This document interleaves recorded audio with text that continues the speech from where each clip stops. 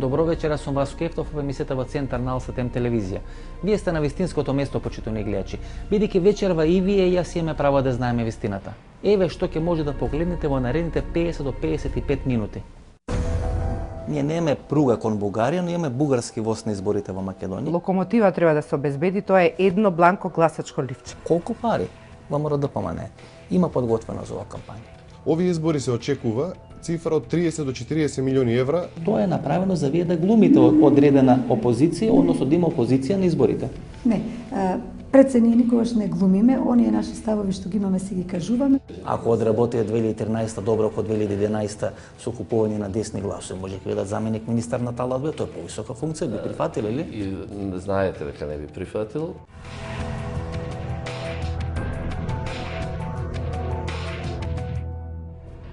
Мимоза Ристов е професор на Природно-математичкиот факултет во Скопје и таа некаде 2011 година, една недела после изборите на 5 јуни, излезе со одредена своја анализа, со која докажува дека некаде 29.000 гласови власта успе да додаде на својот изборен резултат.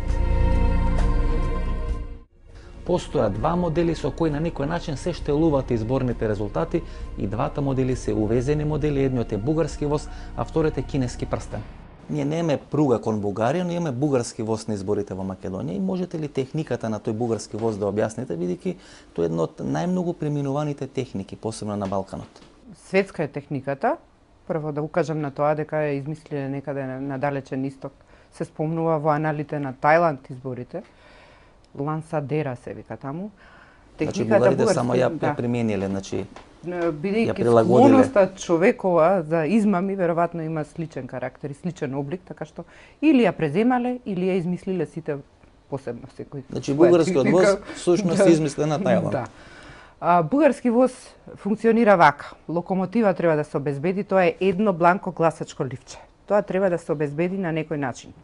Еден од начините на кои што се обезбедува тоа бланко ливче е обезбедување на слично ливче по боја или едноставно со подплатување на печатницата која што ќе ги печати ливчињата да продаде некој бланко неколку ливчиња, десетина. И потоа ќе се изработат такви, да речеме 200 ќе се изработат. Тоа се локомотивите. Значи клучно е на бугарски воз да имате едно ливче. Едно ливче. Значи нуклеус, што се вели, околу кој ќе се гради целата после структура. Едно кое што ќе го циркулирате врз основа на кое што ќе поведете 20 или 30 гласачи. Значи едно носи 30 гласа. Например, вие може да имате, може вие да трнете на гласање и да имате ливче веќе добиено со заокружени кандидатите за кои треба да гласате. Тоа го уфрлувате, а чистото ливче го враќате назад. Ете така, го должите во центарот каде што ќе ви каже да го вратите. Потоа тоа ливче се употребува, се дава на следниот, односно бланкото се пополнува повторно и му се дава на следниот гласач од листата. Листите се оние, буквално оние кои што ги изборевме од А1, кои што беа за вработувања, аферата А1 кога ја открилани за вештачко оплодување. Тие содржаа преклани, се извинувам, да. Значи тие се техниките на обезбедување на бланко ливче, обезбедување на луѓе од една листа кои што ќе бидат послушни да се вклучат во технологијата на бугарскиот воз. Така што секој ливче по 30 гласа. Идеално е вие да ги имате оригиналните ливчиња. Значи те оригинални ливчиња, значи не говориме само за македонски услови, говориме значи за европски или светски услови. Значи идеално би било кога би имале врска у печатницата и кога би можеле да добиете 10, 15, 20 оригинални ливчиња. Втората варијанта има и друга варијанта. Не е идеална варијанта. Не е идеална, да. А тоа е да имате некој фалсификувано ливче. Што правиме со тоа ливче во неидеални услови? Тоа ливче завршува гласачките кутии. Ливчето завршува гласачката кутија и тоа треба да биде откриено. Значи тоа е неидеалната варијанта за сторителот. Значи за да не биде откриено, да не биде откриено, вие мора да ги имате под контрола сите членови на избирачките комисии. Тие што треба да го забележат дека не е идеално. Или дел од опозиционите, бидејќи најчесто властите ги прават тие малверзации, дел од опозиционите, да речеме членови на тие комисии да бидат подплатени или да токму во тој момент доат на кафе пауза, на пауза за пушење цигари, кога тоа ливче би било извлечено, да речеме. Ете така. Од тие оригинални ливче треба никој да не го види или на вистина фалсификатот да биде направен така што тие на вистина нема да го приметат, па може и тоа да е. Значи некој од печатницата само да обезбеди фотографија од ливчето доволно е. со висока резолуција за да се направи одново, да се испечати. Има уште еден модел кој досега не е споменал во Македонија, тој е кинески прстен. Зашто станува збор тука? Кинески прстен се спомнува од изборите на Босна 2008 година. Таму ги фатиле, увозот го фатиле фактички на царина кога дошле, така е докажано дека таму постои.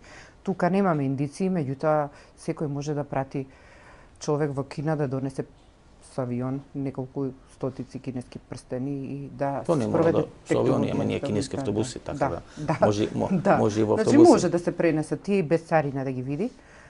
Додека кај овие босанциве стигнале со авион како пратка на царина и така ги фатија. И што е основата на кинески? Основата на кинески прстен е тоа прстенче кој што содржи пенкало, фактички мината од пенкалото, има стилницата, се влеани во еден прстен.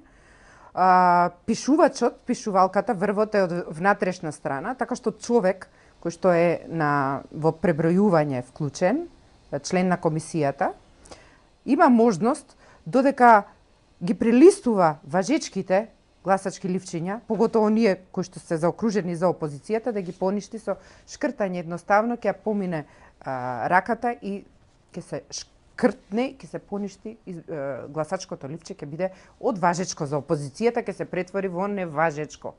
И тој првиот што ги оддиплува, тој може да ги поништи.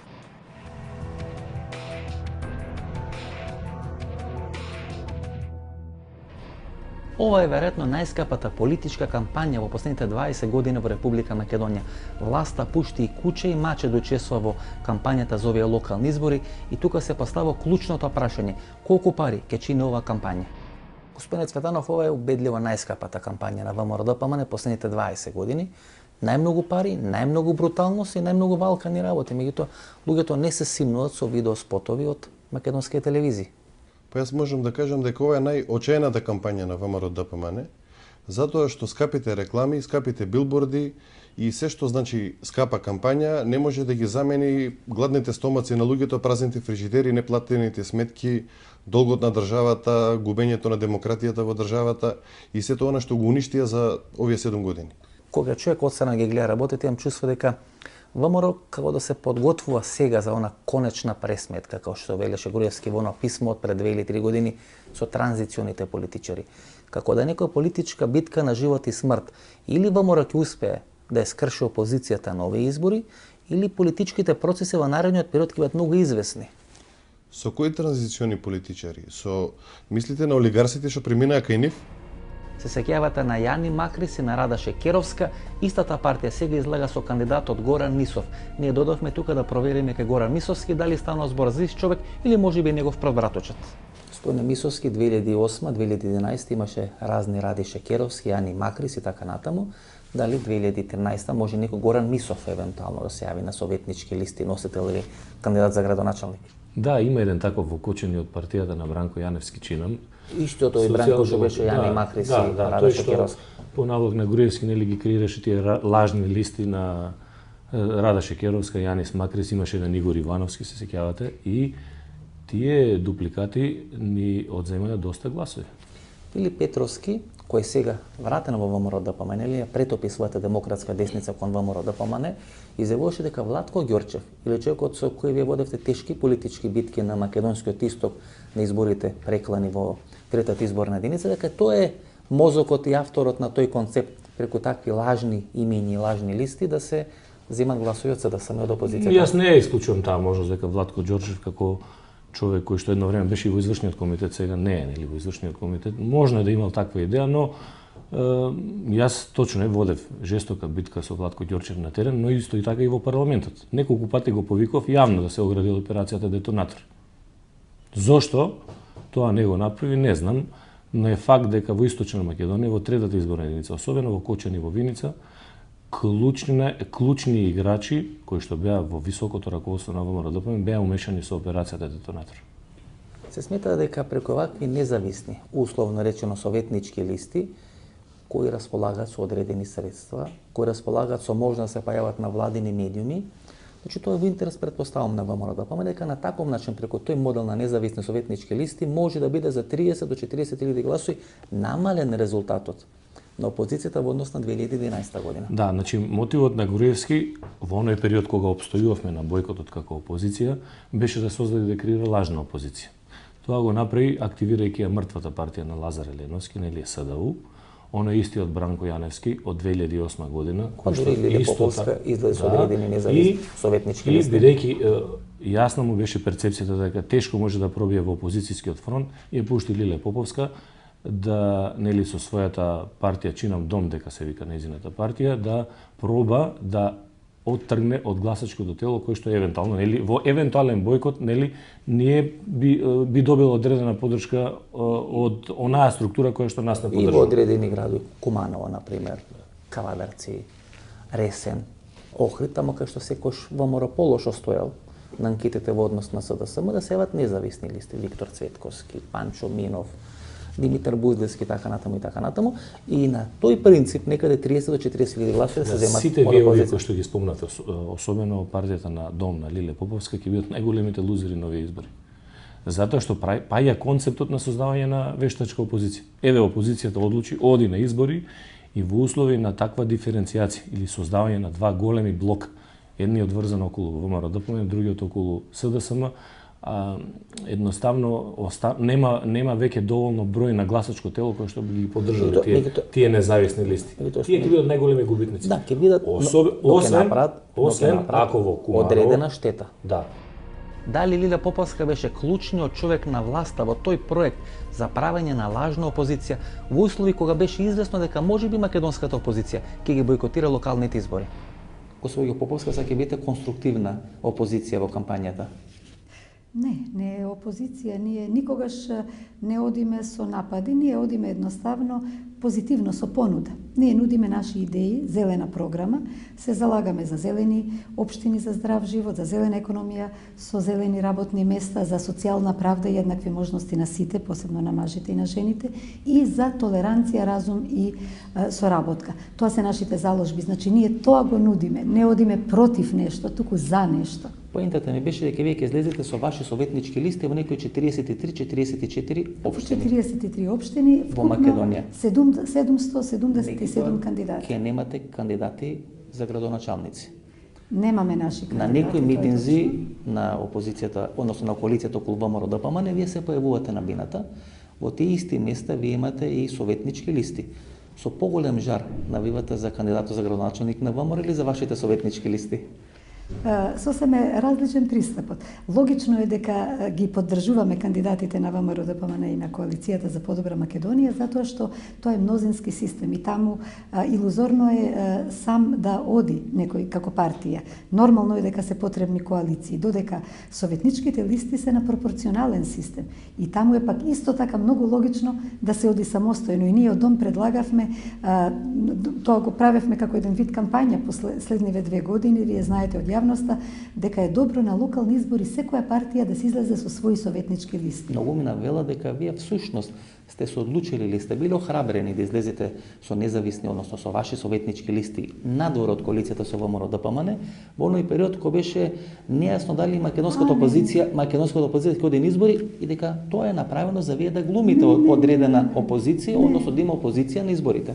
Не, пред се ние никогаш не глумиме, оние наши ставови што ги имаме си ги кажуваме, што се сложуваме, што не исто така го кажуваме, меѓутоа ние за ова се спремавме скоро 3 години. Не може да негирате дека постои модел во користењето на таа, да речеме, методологија на формирање на многу советнички листи.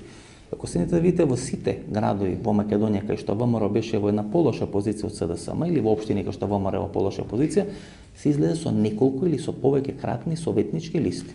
Куманово, Ресен, Тоа го прават и позиција и опозиција, видете. Карпош, Независни листи има многу. Меѓутоа, по сите тие основи, се претпостава, дури Фија Цановски, не знам, во коалиција со други. Значи, по сите тие основи се смета дека резултатот на опозицијата би бил намален за некои 30 до 40.000 гласови во споредба со 2011 година.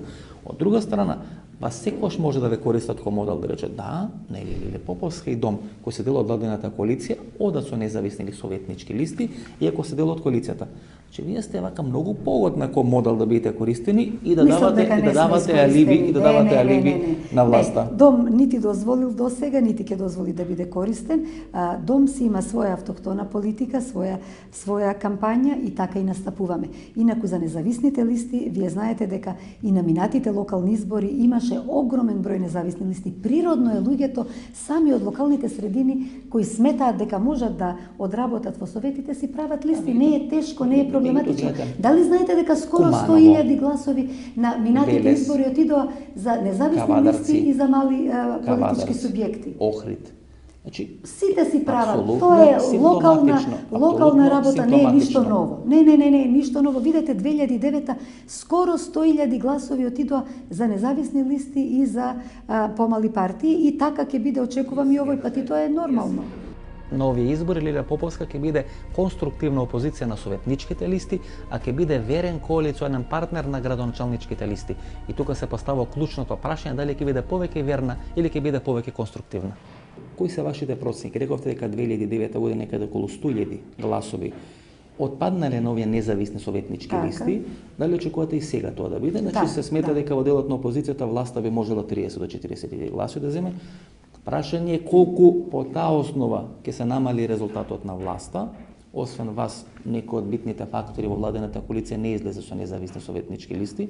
Што сметате? Кој ќе биде квантумот на гласови кој ќе отпадне на тие Демократската партија на турците исто така оди со своја листа и минатите избори и овие. Исто така, исто како и Дом. Значи само две партии од владената коалиција. Така, со тоа што ни делумно, ние целосно одиме со наши листи, да. Што мислите, колку квантум на гласови ќе отпаднат на тие советнички листи кои не се ни со СДСМ, ни со ВМРО-ДПМН?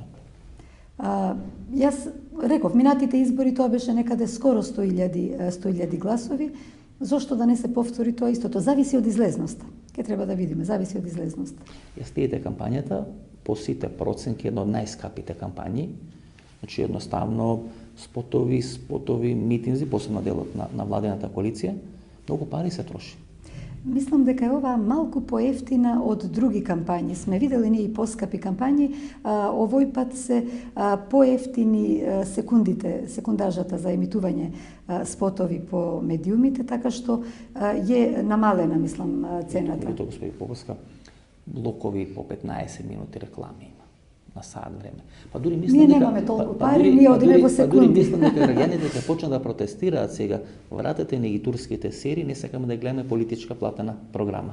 Добро, ние имаме само од по 15 секунди спотови или джинглови на радио со по 5-6 секунди, така што ние не го загадуваме воздухот на овој начин во никој случај. И затоа и ние одиме и со слоган избери зелено, диши слободно, така што мора да водиме сметка да не гушиме. Тоа е наравучење, кога сте излезли надвор од владена коалиција да водите независна кампања за советници, нема да имате пари.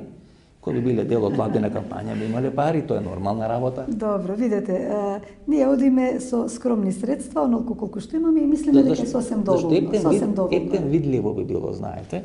Сега, ако веќе е модел, и ако веќе сте требале да глумите опозиција, и во еден момент се враќа опозицијата, не ги бойкотира изборите, тогаш би можело господи го Поповска да е многу опасно, ако ви дале пари да водите кампања, тогаш би можеле многу повеќе гласови од ВМРО-ДПМН да земите. Не, добро, вие шпекулирате вака интересно ги комбинирате работите, меѓутоа ви кажав, ние одиме во ова веќе подготвени, трета година се подготвуваме за самостоен настап на локални избори и тоа ни беше силна желба и многу е добро, многу е здраво што Дом ќе се појави со своја собствена кампања и што нудиме една мирољубива кампања со мирољубив речник. Сметаме дека треба да се избориме за поголем, посилен глас на зелените советници во нашите совети. Тешко функционираат вака широки и големи опозициони коалиции во услови на локални избори. Тие причини, веројатно Никола Груевски работи на концептот преку независни советнички листи да се обиде да го намали резултатот на опозицијата за 30 до 40.000 гласови. Кога ги гледам во изминатите 2 или 3 месеци потезите и постапките на власта, тоа во еден период добив впечаток дека власта очекува опозицијата да не се појави на локални избори, а исто така власта и посекуваше опозицијата да не се појави на локални избори. Па секојаш пред доаѓање на Филе, Груевски даваше многу тврди политички изјави со кои реално зголемуваше цената за враќање на опозицијата во парламентот и до доаѓањето на локални избори. Во тој период Кога он очекуваше дека опозицијата нема да се појави на локални избори, дека биде прескапа цената да се појави. Ја вади Лиле Поповска со дом, да глуми одредена опозиција. И ќе биде најголем лузер, јас ви тврдам дека тоа ќе се случи. И прифаќа, бидејќи му беа многу важни гласовите и поддршката на Али Ахмети, прифаќа Талат Џафери да биде министер за одбрана. Знаете што, мене како социјалдемократ, како човек кој што се залага и впрочем и мојата политичка партија за граѓанско општество, тоа можеби не ми пречи. Но е проблемот што Никола Груевски го предложи, а неговите го изгласа. Значи предлогот доаѓа од најголемите патриоти, од сите патриоти во Република Македонија. Значи се потврди уште еднаш тезата дека Никола Груевски е спремен се да даде само да случува фотелјата. Затоа што знае дека народната казна ќе биде многу жестока. Ова е многу скапа кампања. Ова е брутална кампања. Дефинитивно. Значи, ниту една кампања не била поскапа. Значи, кога пуштите дел од најмокните македонски телевизии, таму има на секој саат по 10 минути рекламна кампања. Значи, имам чувство дека Никола Груевски смета дека ако сега не ја скрши кичмата на македонската опозиција, дека политичките процеси ќе почнат многу неповолно за него да се одвиваат. Дека овие се оние избори кои се да се биде или да не се биде за Никола Груевски, бидејќи после 2011 година и оние избори кај што опозицијата изгуби со некаде 6.000 гласа разлика.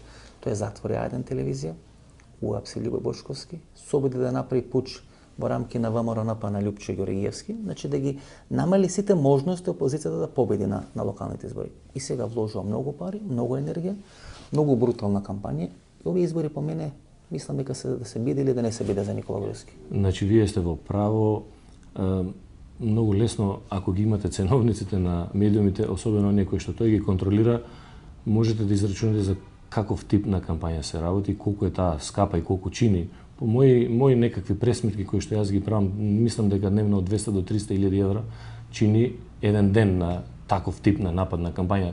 Така да тоа се средства кои што ВМРО-ДПМН еден ден ќе мора да каже од каде му се. Само да ве потсетам, 3,5 милиони евра од 2011 година ВМРО-ДПМН остана со отворена сметка. Значи државниот ревизор констатираше околу 200 и нешто милиони денари незатворени средства кои што ВМРО-ДПМН објективно ги должи. Затоа мора кривично да се одговара. Сега води поскапа кампања. Апсолутно, ова е можеби најскапата кампања во овие 20 години, во историјата на независна суверена Македонија. Тука ја вадам и тезата или и ви ја потврдувам тезата дека ова е битка за него да се биде или да не се биде. Вие сте политичар со богата кариера, со многу искуство. Во еден момент ми се чинеше дека Никола Груевски имаше направена проценка дека опозицијата ќе ги бойкотира изборите. И беше многу неопходна таа поддршка на ДУИ и околу квантумот на излезност на изборите и околу поддршката пред меѓународната заедница. Дека само така можам да најдам логично објаснување зошто Никола Груевски дозволи Талат Џафери да биде министер за одбрана, иако знаеше дека тоа ќе влие многу негативно на неговиот рейтинг. Што очекувате да кажам? Дали имате одредено размислување на таа тема?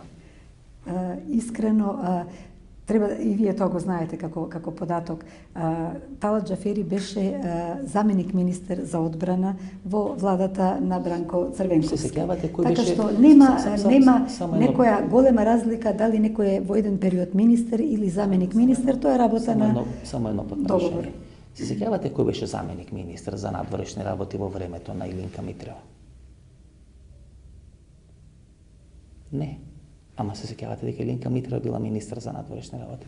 Така и со заменик.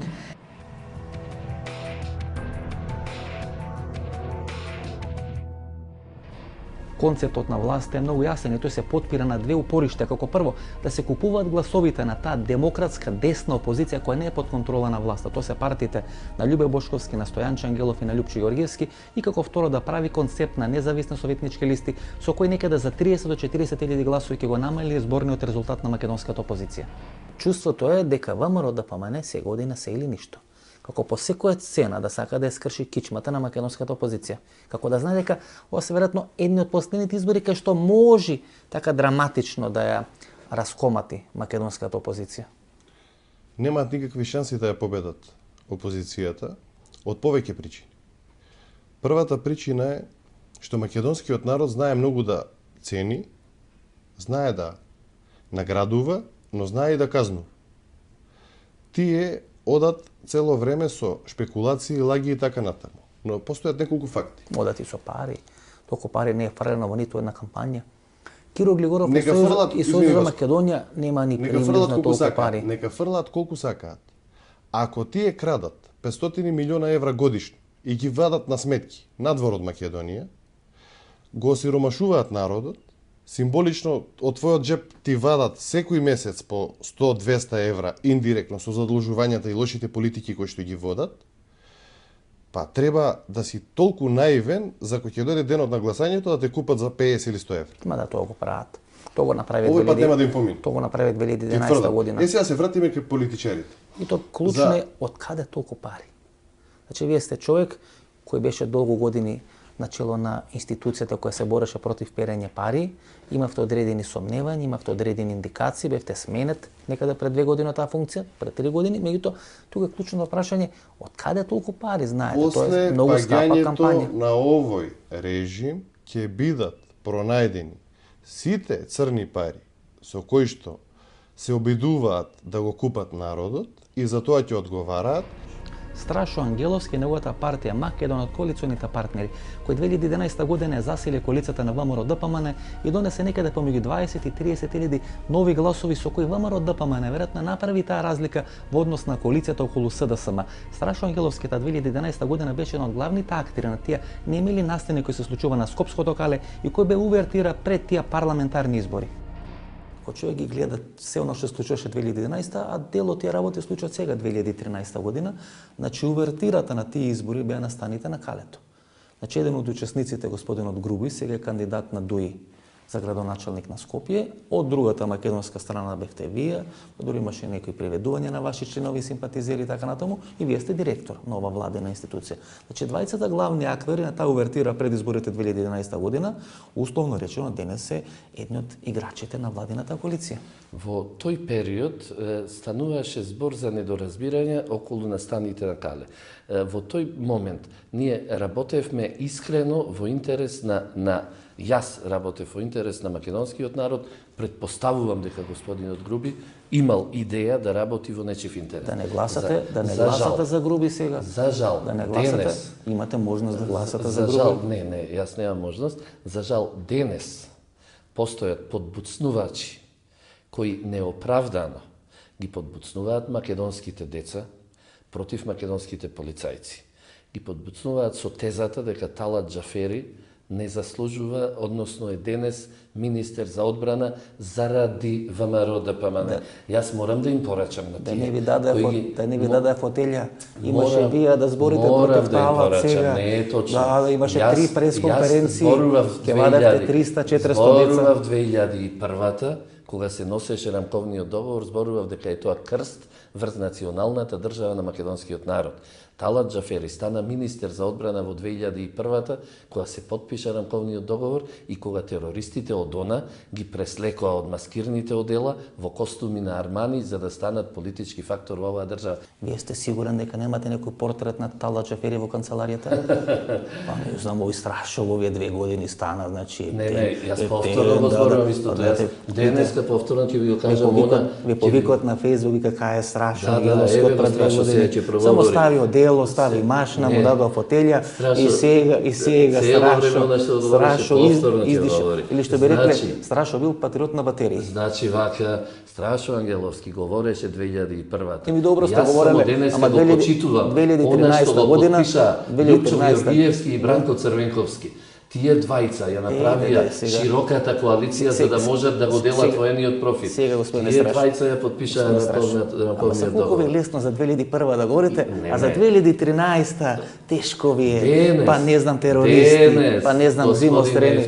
Се она што ни се случува денес. Јас очекував една оставка да фукнете во знак на револ на ова што го правила патриотска влада. На рамковниот договор. Јас ве молам да го сватите и да го прифатите. Е резултат на рамковниот. Меѓутоа, ако се смени името, а ќе велите дека 93-та е сменето името? Јас денес ќе ви кажам, дека најостро ќе се спротивставам на сонот за голема Албанија, на кандидатот на ДУИ во Кичево, затоа што тоа веќе не е резултат на рамковниот договор, туку тоа е резултат на една голема албанска идеологија.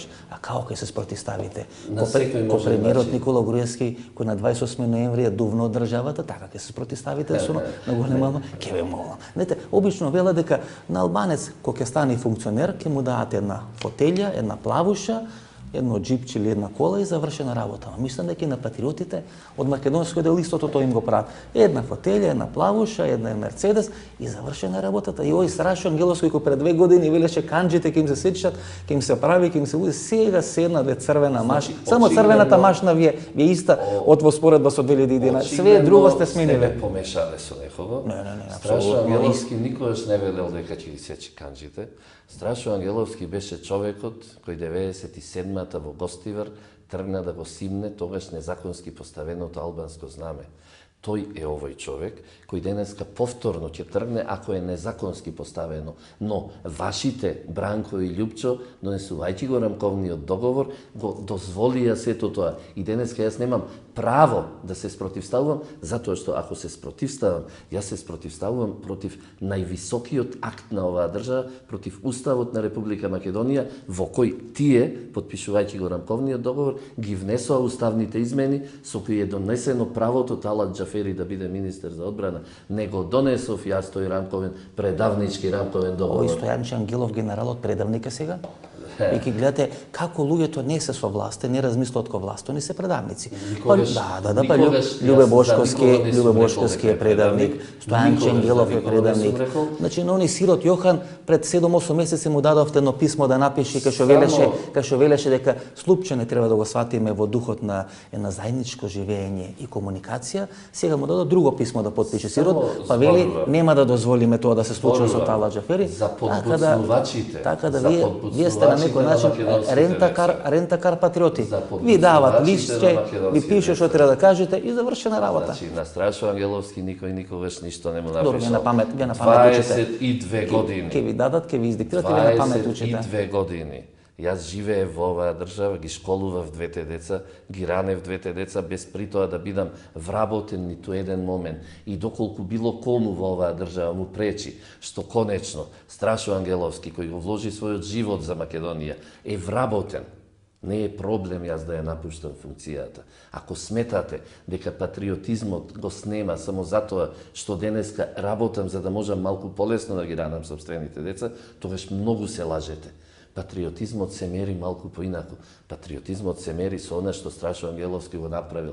Јас сум тој кој 98-та беше во Женева во Обединетите нации, поднесувајќи меморандум за ревизија на Букурешткиот договор. Би биле заменик министар за одбрана на Талат Џафери? Никогаш сум немал амбиции да бидам воопшто. Еве може владата ќе ви понуди заменик министер или ако одработи 2013 добро како 2011 со купување на десни гласови, може ќе бидат заменик министар на Талат Џафери, тоа е повисока функција, би прифатиле ли? И знаете дека не би прифатил. Зашо не би прифатиле? Но провокациите ви се многу симпатични. Нели Љупчо и Бранко се виновни со рамковниот договор? Вие не сте виновни да му станете заменик на Талат и да му станете заменик, вие не би биле виновни. Сметам дека има луѓе кои повеќе заслужуваат да бидат таму. Владко Ѓорчев, например. Има луѓе кои, да речеме, повторно бараат влада на широка коалиција, може би токму од СДСМ, од страна на опозицијата, повторно бараат широка коалиција, може би токму затоа, за да бидат заменици министри кај Талат Џафери.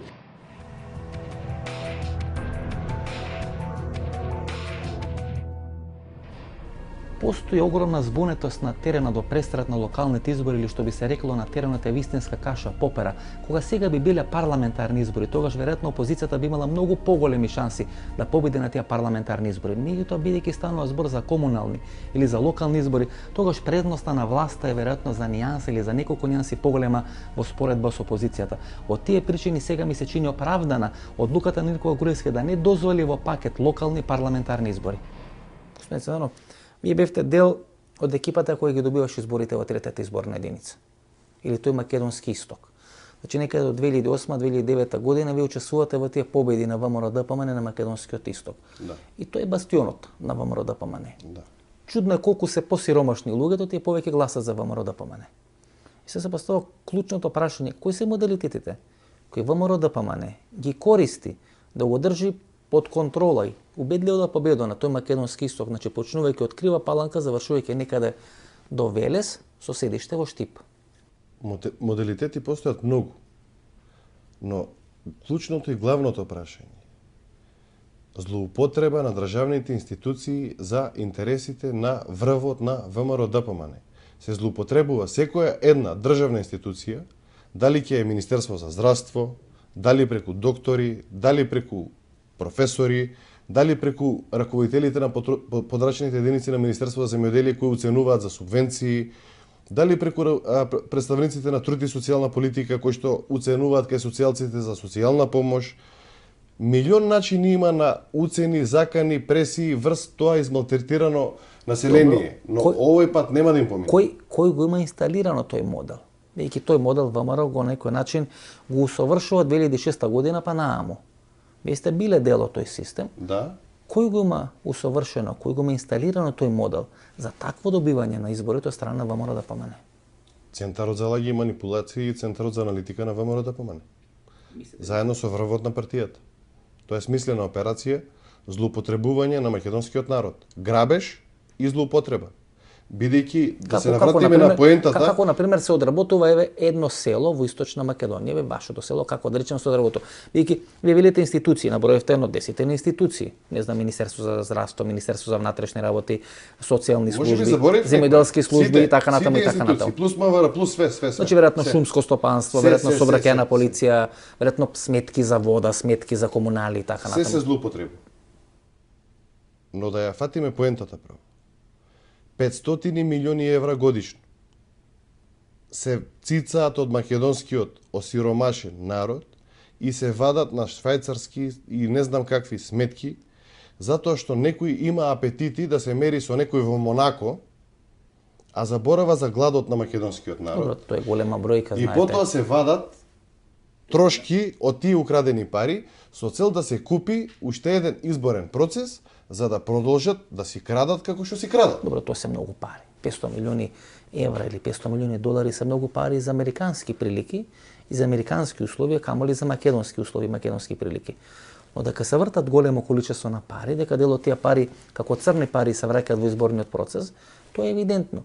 Дека голем дел од овие големи олигарси и тајкуни кои биле транзицијски олигарси, како што ги нарекуваше ВМРО ДПМН до пред неколку години, сега вклучени во изборните процеси или во начинот на владење на ВМРО ДПМН, и тоа е евидентно. Значи, дека постои одредена финансиска платформа, и тоа е евидентно. Значи, многу пари се стават на маса, многу мок, многу институции, и тоа е една добитна комбинација за избори. Не заборавајте една работа. Бев директор на финансиско разузнавање. Затоа ја прашам. Имам информации, кој ќе дојде моментот, македонската јавност ќе биде запознаена со најголемиот грабеж во историјата на Македонија, кој што е направен за овие 6-7 години, кој ќе излезат неколку милиарди на површина, тоа ве уверувам дека е така, и кој ќе излезат после судските процеси, после докажана судска постапка, во јавност свифтовите на одредени луѓе, трансфери со по 100, 200, 300 милиони евра, додека луѓето гладуваат, тоа ќе биде тежок удар. Тоа ќе биде болно за одредени луѓе, нема да смеат да се појават по улица, кои што глумат во моментот патриоти пред сопствениот народ, а го крадат и плячкаат на најсофистициран начин. Ова се веројатно најскапи избори. Значи, со една силна рекламна кампања на власта. Тоа помалку ми наликува, знаете, на оние концепти на американската армија кои прво со авион, со тенкови го бомбардирате терено, значи го подготвувате фронталниот напад и потоа се напаѓате копнено, што се вели. Овде значи со тие силни рекламни кампањи, со таа силна медиумска подршка власта се обида да го прекрши тоа расположение кај граѓаните, кои велиме дека е чорбесто, бидејќи луѓето се збунети, има бојкот, па нема бојкот, па се појавуваат избори. Па власта вели нема да дојде опозицијата, ќе има предвремени избори, нема да има предвремени избори. 7 години ова влада на чело на државата, 7 години вели дека некој друг е виновен за лошите проблеми, и тоа кај народот предизвикува една пифтиеста ситуација. И тоа се обидува власта со многу пари, со многу скапа реклама да го прекрши во своја корис. Имаше 10 дена, ова го снимаме среда, значи имаше 7 дена од моментот кој биде емитувано до почетокот на изборите. Позицијата почна со вчера кој со една реклама. Мислам дека досега воопшто не беше присутен на Дури опозицијата како да ги чува парите за можни предвремени избори, така мене ми се чини на есен ако има или идната пролет, или пак свесно остава власта толку многу да троши, да биде толку агресивна и во еден момент можеби да ја погрешни мерката власта. Значи во смисла на таа изреката дека не убива отровот, туку мерката, односно дозата. Тоа сака да кажеш. Не може да се направи сериозна проценка која е дозата. Веројатно има тие луѓе кои што знаат да прават такви работи. Но со оглед на ситуацијата, чорбеста што ја кажувате на теренот, бројачи на гласачи, имат и мерачи на. Да, меѓутоа со оглед на чорбестата ситуација што ја кажувате на теренот, за која што не е спорно дека е таква, општа една збунетост, кој е таа баба Ванга што ќе каже до каде е мерата и што може да се случи таква како некој гром и кој што може да предизвика некој престрел. Инаку, генерално, сега поентата е, не има секаде, ние сме најсилните, ние сме најдобрите, ние сме најквалитетните. Ако сакате вие да бидете успешен, треба да бидете со нас. Ако не, тогаш сте губитници. Но, кој е моментот кој што може да предизвика иритирачки фидбек, веројатно знаат. Мила, господин Умов, само да кажам, велите многу скапи. Што се однесува до медиумите, не се многу скапи. Не знам дали забележавте, дали ги гледате ценовниците на телевизиите. Мила дека се дампинг цени.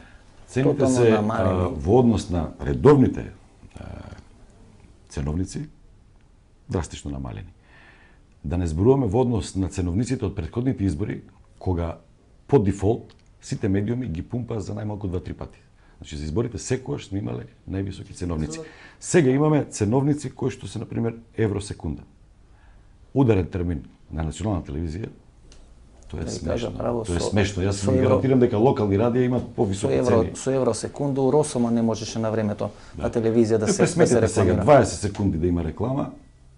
Значи сега се обидов да избегна тоа на опасност. Да не го пробијат буџетот, веројатно. Да, и телевизиите да не се јавуваат како спонзори на политичките партии. Нели има право според изборниот и тие дампинг цени на изборите 2011 година се објаснува дека телевизијата се калкулирани затоа со многу ниски цени, а па политичките партии од властта тоа користат дали се сигнат од медиумите. Може да го искористи опозицијата. А мислам дека концептуално Можеби некој се надава дека има бојкот и нема да има потреба од неразбиране. Опозицијата концептуално оди да остави власта сама со таа своја агресивна кампања.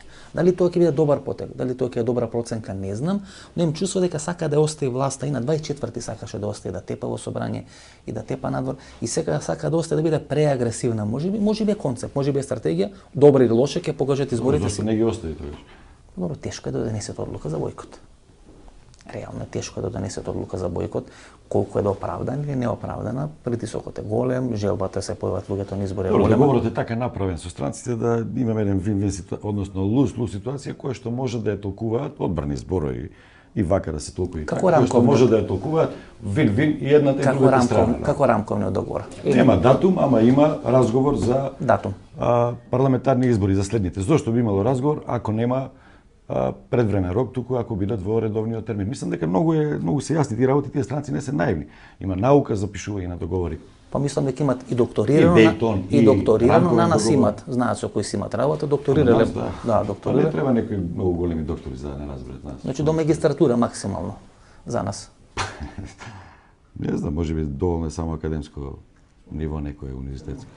Мислите дека таа кампања која е префорсирана на ВМРО-ДПМН може како некој контраефект да се јави, бидејќи наистина кога ќе пушти човек телевизија гледа кампања на ВМРО-ДПМН, кога пушти втора телевизија кампања на ВМРО-ДПМН, ќе отвори дневни вестници кампања на ВМРО-ДПМН, радија кампања на ВМРО-ДПМН. И дел од народот просто си опостава прашањето, па како може да биде поразен оваа власт која располага со таква сила, таква изборна кампања, толку пари, те се просто непобедиви, знаете, а како отстрана човек ги гледа работа. Нова изборна финта. Го отвараш фрижидерот дома и флаер на ДПМ не гледаш. Може и тоа да почне да се случува веќе. Влегуваш у спална соба и гледаш постер од ВМРО ДПМ. Се зависи од кој да ви кажам право. Например, еве Косана Мазнева би било фино да видите у спална соба. Али се Зоран Ставлевски баш и не е убаво да се види. Значи, во интерес на гласањето и добивање на гласачите, они ќе се обидат кој ви се допаѓа најмногу, тој да го добиете на плакат. Па вака се, ако веќе може се бира, може Но некој, ако може целта некој... е да гласаш ради постер од некој си од ДПМН успална, това е работа. Знаете, може некој би одбрал Софи Кунос да ја види на постер. Па би побарал опозицијата да води поагресивна кампања, например, у Скопје. Ние може да се шегуваме колку сакаме на таа тема, но парите кои што ги трошат за кампања се пари од народот. Се пари од гладниот и изнамачен македонски народ. Тука правиме мала пауза, погледнете ги рекламите, подоцна се враќаме да го видите вториот дел на нашата вечерашна емисија.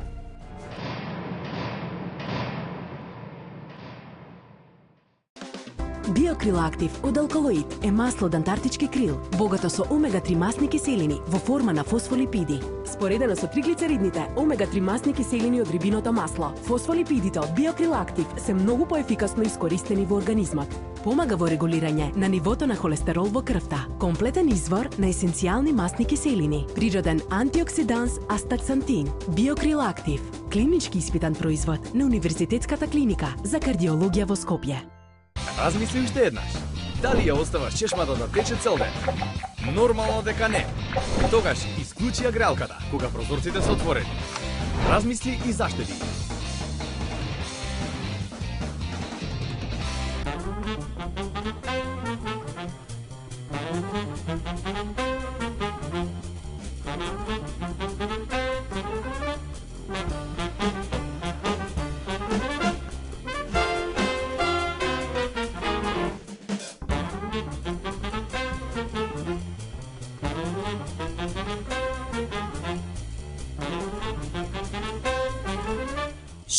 години трговијата е нашиот занет.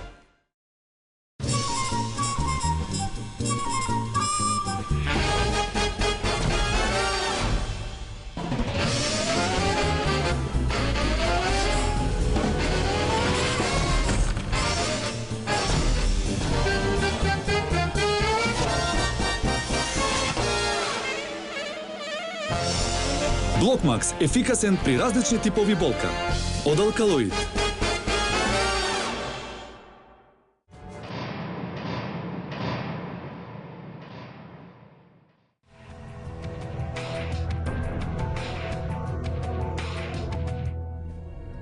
Здравко Коцев е кандидат на македонската опозиција за градоначалник на општина Штип и е координатор на СДСМ за третата изборна единица или на тој македонски исток каде што убедливо изминатите 7 години победува ВМРО ДПМН.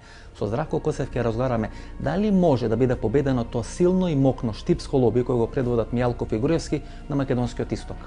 Во Штип вие се борите против штипското лоби во власт, значи очекуваме една многу интересна битка за градоначалник на Штип. Па јас сега имам таква чест да се борам против цела партија, буквално, пошто поголем дел на некој начин е со потекло од Штип и нормално дека на нив е многу битно Штип да го добијат. Па тука е Мијалков, тука е Груевски, значи тука е Клюсе со потекло покојни нели од Штип. Значи се смета дека штипското лоби е најдоминантно во власта сега. Да, тоа може да биде предност, може да биде негативност, затоа што 7 години се на власт, ефектот од нивната работа секојдневно се гледа. Се плашам, почитувани гледачи, дека во Македонија изборите на некој начин се доживуваат веќе на еден украински начин. Ако во Украина во изминатите 3, 4 или 5 години изборите се доживуваат како политичка битка на живот и смрт, дека полека таква една политичка битка се најавува или се навестува и во рамки на македонскиот политички амбиент. Имам чувство, господине, страшно дека овие избори или овие неколку изборни циклуси во Македонија на некој начин се сваќаат украински, како избори на живот и смрт. Бидејќи во Украина, знаете, тој што е политички губитник на крај завршува во затвор, и од едната и од другата страна. Имам чувство дека се пушта една многу негативна атмосфера, дека тој дух на една нетолеранција е пуштен од чишето. Јас не знам кај ќе заврши целата работа. Именно, токму тоа сакав да го речам. Моите очекувања од овие локални избори, иако се локални избори, се реални, меѓутоа многу големи. Големи во смисла на она што треба да и се случи на Република Македонија, големи во смисла конечно да бидат поразени ретроградните идеи во Македонија и на Балканот. Зашто зборувам? Иако зборуваме за локални избори. Вие кога на жената на Протести е 24-ти. Вика, протестирам да падне ова влада и на власт да се врати ВМРО ДПМН. Значи, вие би ги поразили ретроградните сили во опозицијата за ВМРО на власт да дојде. Ќе ме разберете, кога ќе ви објаснам, ќе ме разберете. Се надевам дека ќе имате толку сила за да ме разберете што ќе кажам. Значи вака, со победата на ВМРО ДПМН и на коалицијата за подобра Македонија на овие локални избори се отвара пат за распишување предвремени парламентарни избори на кои опозицијата ќе биде победена многу појако и помоќно отколку на последните парламентарни избори. Ако изборите 2011 година се решија со купување на тие десни гласови кои не беа под контрола на ВМРО ДПМН, ќе има ли такви операции сега 2013 година? Значи, чинам дека и 2011-тата не се решија со купување, туку се решија со обраќање на македонските патриоти од коалицијата кон македонските патриоти кои беа збунети и кои во тој момент не знаеа каде да се. Ако му дајте 2 вирки брашна и некои 100 евра за глас, тој уште поголем патриот. Овој пат, мислам дека на крајот на краиштата ние мораме да сватиме дека ова се локални избори кои се малку поразлични во својата суштина од парламентарните.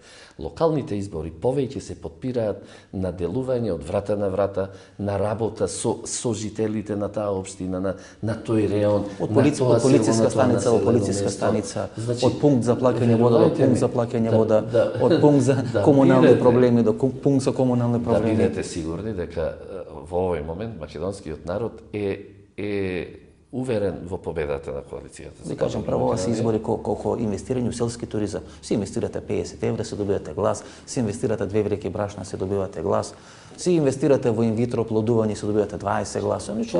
Тоа време помина. Проект на селски туризам. Тоа беше времето кое тоа беше пред 2 години. Токму тоа се пред години и пол беше. Ретроградните идеи кои екзистираа 94-тата, 2011 година се купува такви гласови.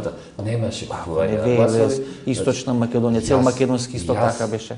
Како Страшо Ангеловски, одговорно тврдам дека јас лично не сретнав ниту еден таков пример. Добро, ви не бевте благајник, бевте само говорник. Има таму говорници и благајници. Вие бевте благајник. И го знаете тоа. Јас би ве замолил да излезете и јавно да го кажете примерот каде и кому му се даде. Излегува и ги затвори, не ги гледам се затворени се, така да. Кој е затворен? Да, па телевизиите кои ги објавуваат тие работи се затворени сега. Не, затворени се телевизиите кои и штетеа на оваа држава не плаќајќи данок, работејќи против економскиот и финансискиот систем на оваа држава. Значи, да бидеме начисто дека никој никого во оваа држава не затворил затоа што гласал за некој друг.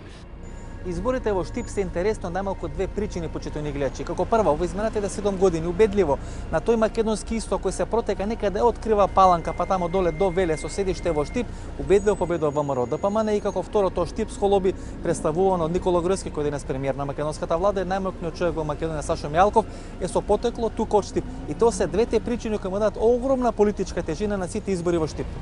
Интересен е Штип или Штипската околија. Значи, членската книжка 001 на СДСМ има Киро Глигоров со потекло од Штип. Михајло Апостолски, значи човекот кој прв на бел конј влага во Слободено Скопје, исто така штипинец по потекло. Од друга страна па Тодор Александров. Ванчо Михајлов се од Ново село, или тоа е село кое сега е сраснато со Тоа било населба, мини градче, да. Значи, гледате која драматична поделба има тука во Штип. Значи, левицата има дел од своите најголеми перјаници, Апостолски генералот, кој подосна прв председател на МАНУ во периодот кога се кодифицира македонскиот јазик, азбука и така натаму се удара темелите на македонска држава, Киро Глигоров, значи првиот председател на независна Македонија, од друга страна Ванчо Михајлов и Тодор Александров. Што е тоа од штипското ткиво што ги прави тие драматични поделби? Тоа е едно нели подалечно минато на еден начин и сегашното време исто да го анализираме или малку пред тоа Клюсев, Мијалков, министерот, сегашните Мијалков, Ѓорги Наумов, премиерот Димитар Димитров, премиерот сегашен. Сега. Јас ќе бидам критичен за едната и за другата страна. Сите овие што ги спомнавте, по една чешма немаат направено за Штип. На македонскиот исток, посебно во таа трета и четврта изборна единица и на делови во втората изборна единица, функционира таа мешавина на одредено полициско и политичко подземје преку кое ВМРО ДПМН изминатите 7 години ги печели сите избори. Сега е клучното прашање, дали во овој еден вакуум простор, кога постои одредена збунетост на теренот, може да се очекува тој организиран криминал и тие арестови на тајните служби може би да ја сменат страната на овие политички избори. Значи, некаде пред 10-11 месеци, тука во Источна Македонија, на македонскиот исток, пука огромна афера, детонатор, паѓа една политичко-полициска глава над Зонко Каширски, еден од најмокните играчи на ВМРО во овој дел на Источна Македонија. Претходно на Народна, претходно во времето на Доста Димовска исто на високи полициски функции, во одредени периоди кандидат за можен министер за внатрешни работи, можен министер или директор на јавна безбедност и така натаму. И до таа афера не успеа да го детронизира ВМРО на овој македонски исток. Значи таа беше Штип, беше Кочани, по некој Штип многу малку. Значи Штип само главата беше овде, сите други. Може ли тоа да има влијание на изборите локални? Па во секој случај ќе има, затоа што во сите овие градови во Источна Македонија евидентно е дека таа банда, јас би ја нарекол полициска банда, си работеше систематски. Значи, за било каква работа, врвот се знаеше каде. Значи, држава во држава. Така е. И сега, што се случи? Најверојатно шемите на подделбата на колачот не се погодил и затоа се реши, чека сега ќе речистуваме со криминалот. Што бил секојаш удбашки град. Да. Источна Македонија била секојаш на некој начин легнал на тој организиран криминал. Да. Обично, значи, била дека нема држава во југоисточна Европа, кај што доаѓа до една драматична промена на власта, ако удбашките структури или структурите на службите и криминалот не ја променат страната. Вие сте човек кој се движи по штипските улици, кој е координатор за целата трета изборна единица во редовите на СДСМ. Дали се уште власта има силна контрола на тие удбашки структури на организираниот криминал? Че јас мислам дека сето тоа е веќе помешано, затоа што не можеш до вчера си бил тамо некој просечен работник или не знам што и наеднаш покажуваш едно огромно богатство. И сето тоа ти го возможува актуелната власт. И сега се појавува еден друг феномен. Секој барем малку паметен човек си го става прстот на главата и си вика: па сега беше што беше, чекај сега јас да си најдам една позадина каде што срекно ќе можам да си ги трошам парите. Значи ставив два стана на страна, два стана, три стана, джипови, не знам што, да. Ова се направило, тоа, ова се знае, она не се знае и сега се прави одстапница. И добро е, пожелно е да бидеш добар со сите. Мисли дека тој процес почнува сега во Македонија? Од поодамна, во Источна Македонија конкретно, од поодамна е започнат. Затоа што? Значи седат и чекаат да видат која страна ќе да. На едните и викат вака, на другите и викат така. Жалосното е во тоа што пола Источна Македонија е во Италија, во Германија, во Грција и не знам каде. Во Швајцарија. Значи тоа е жалното. Во Лугано е пола Струмица, пола Струмички села, пола Виница. Да, во Италија Виченца е Струмиченца. Вие ке знаете, на македонскиот исток, посебно во таа трета и четврта изборна единица, се прават најголемите разлики во корист на ВМРО ДПМН.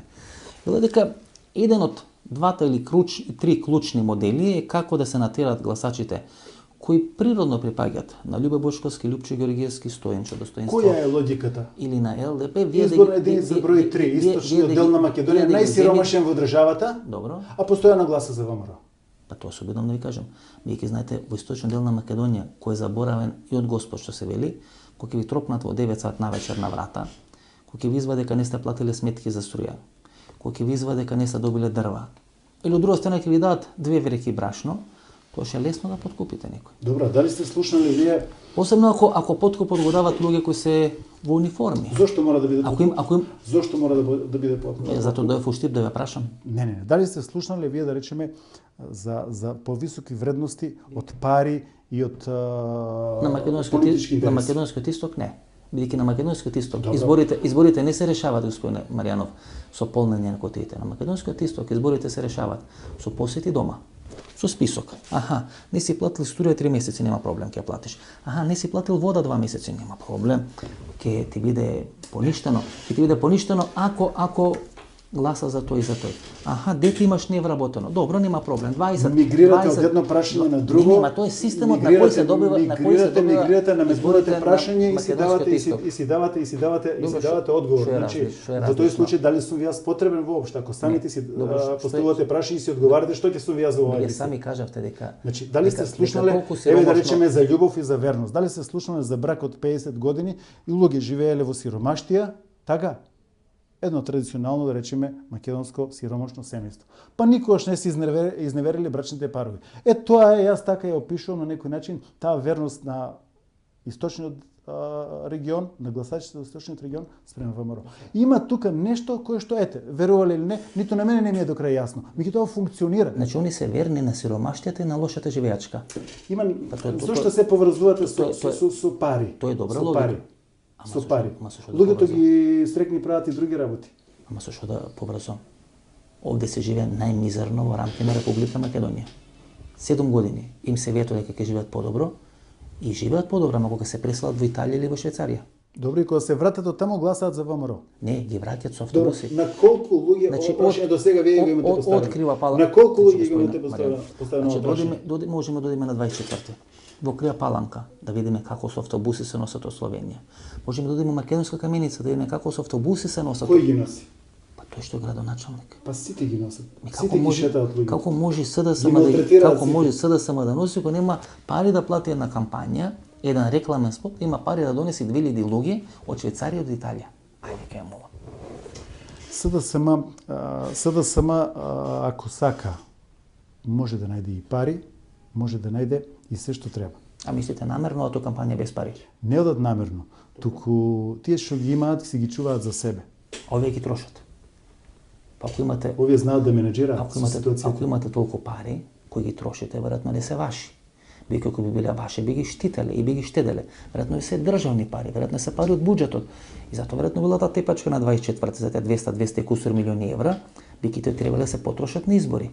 Бијќи знаете, човек само кога е пијан или кога има само туги пари, може така да ги троши.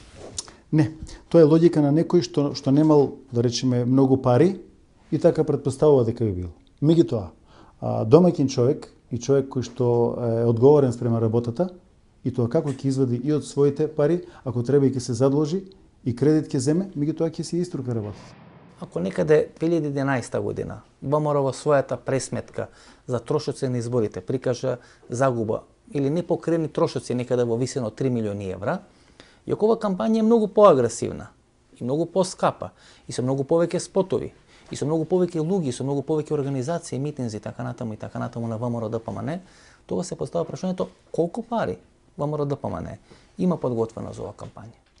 Минатите избори, освен прикажаните 3,5 милиони евра, кои што се официјални и прикажани, неофицијалните беа над 25 милиони евра. Овие избори се очекува исто така цифра од 30 до 40 милиони евра да биде делена во време на кампањата, преку разни начини на притисоци и купните трошоци. Мислите би биле за кампања 30-40 милиони евра или само трошоци за да може да се прави она теренска кампања? Ја би рекол за онаа последната операција купување гласови. Значи последниот ден или последните 2 или 3 дена? Пред изборите. Па може и во одредени состојби и да е последните 10 дена се даваат позајмици и потоа се бара или се врати позајмицата или контингент гласови. И господине Цветанов, ако ги гледаме резултатите 2011 година, СДСМ горе-доле постигне еден очекуван резултат. Некаде 370.000 гласови. Отприлика сите проценки биде дека СДСМ ќе биде некаде 340-350 до 370.000 гласови и горе-доле се постигна горниот максимум на очекуваната бројка на СДСМ. Меѓутоа се потврли кај Обединети за Македонија на Љубе Бошковски, достоинство на Стојан Ангелов, ЛДП на господин Јово Манасиевски и вашата партија ВМРО-НП. И многу ми насмета дека таа теренска кампања беше насочена токму кон тие три партии, значи партијата на Лјупчо Ѓоргиевски, на Љубе Бошковски, на Стојан Ангелов. Целосно сте во право. Тоа беше операцијата на ВМРО ДПМН да расчисти со сите десно ориентирани партии. И да ги купи гласовите од таму, да ги стави на своје конто, за да може да продолжи да управува со начинот на кој што управува и ја носи Македонија во пропаст. Тука некаде крајот на вечерашната емисија, останете, погледнете ги рекламите и подоцна се враќаме да одјавиме емисијата.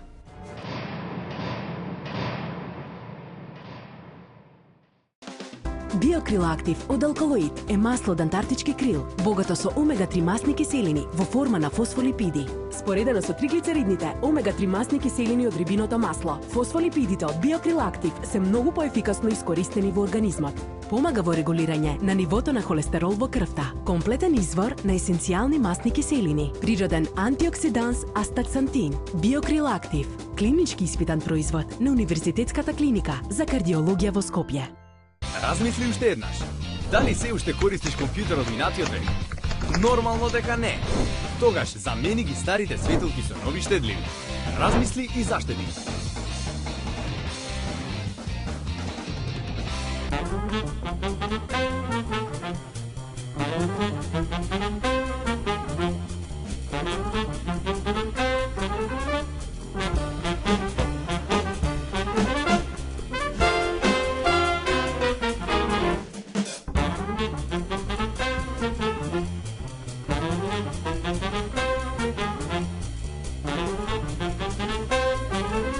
Шеесет години трговијата е нашиот занает.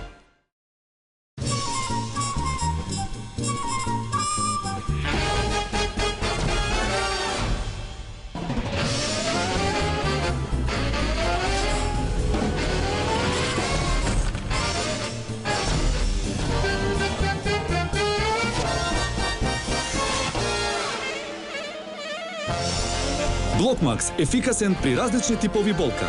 Од Алкалоид.